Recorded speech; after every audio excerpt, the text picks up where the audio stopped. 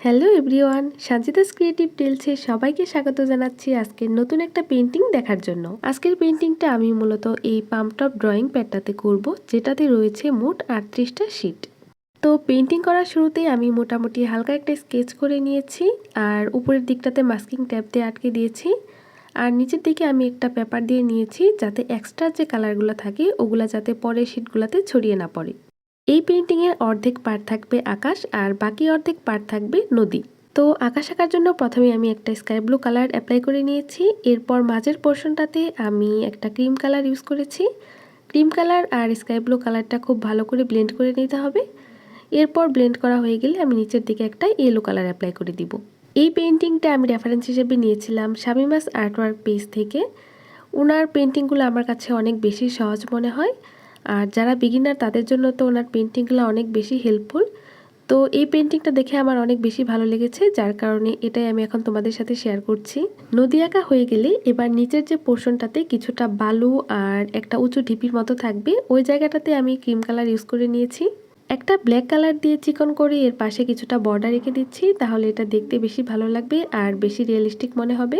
এই কাজটা অবশ্যই একটু যত্ন নিয়ে করতে হবে। তো এটা আঁকা হয়ে গেলে এবার আমি যে উঁচু ঢিপিটা আছে এখানে আমি কালার অ্যাপ্লাই করব। এখানে আমি মূলত ব্ল্যাক কালারটা ইউজ করছি, আর তোমরা দেখে নিশ্চয়ই বুঝতে পারছো আমি কিন্তু কালারটা ভালো করে অ্যাপ্লাই করছি না, জাস্ট তুলি দিয়ে উপর থেকে নিচের দিকে একটু টেনে দিচ্ছি, তাহলে মাঝখানের অংশটাতে ফাঁকা থাকবে আর এটা দেখতে বেশি রিয়েলিস্টিক মনে হবে। এবার অনেক দূরে পাহাড়ের মতো দেখতে কিছু অংশ এঁকে নিব। এটার জন্য আমি এখানে একটা ডার্ক গ্রিন কালার ইউজ করেছি। আর এই পেন্টিংটার মেইন থিমটাই হচ্ছে লম্বা লম্বা কিছু গাছ। তো তোমরা আমার স্কেচটা দেখে নিশ্চয়ই বুঝতে পারছো যে এখানে লম্বা লম্বা কিছু গাছ আছে। তো এইগুলো আমি একদম লাস্টে পেন্টিং করব, যেহেতু এগুলোতে বেশ কিছু ডিটেলস আছে। গ্রিন কালারটা অ্যাপ্লাই করা হয়ে গেলে আর এটা শুকিয়ে গেলে এবার এর উপর দিয়ে আমি একটা লাইট গ্রিন কালার ইউজ করব, তাহলে এটা দেখতে বেশি রিয়েলিস্টিক মনে হবে। এই পাহাড়গুলো আঁকার জন্য আমি এখানে মোট 3টা কালার ইউজ করেছি। প্রথমে ইউজ করেছি ডার্ক গ্রিন, এরপর ইউজ করেছি একটা লাইট গ্রিন, আর সবশেষে অ্যাড করব একটা ইয়েলো কালার। তোমরা যারা বিগিনার আছো তারা সবসময় চেষ্টা করবা যে একটু কম ডিটেলসওয়ালা পেন্টিংগুলো সিলেক্ট করার, তাহলে তোমাদের জন্য পেন্টিং করতে বেশি সুবিধা হবে। আর আমার এই পেন্টিংটাতেও কিন্তু মোটামুটি কম ডিটেলসই আছে, তো এই জন্যই আমি পেন্টিংটা সিলেক্ট করেছি।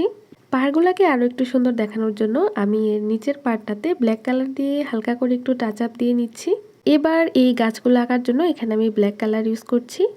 ব্ল্যাক কালার প্রথমে ইউজ করব, এরপর কালারটা শুকিয়ে গেলে এর উপর দিয়ে আমি হোয়াইট কালার দিয়ে কিছুটা ডিটেলস অ্যাড করব, যেটা তোমরা কিছুক্ষণ পরেই দেখতে পারবা।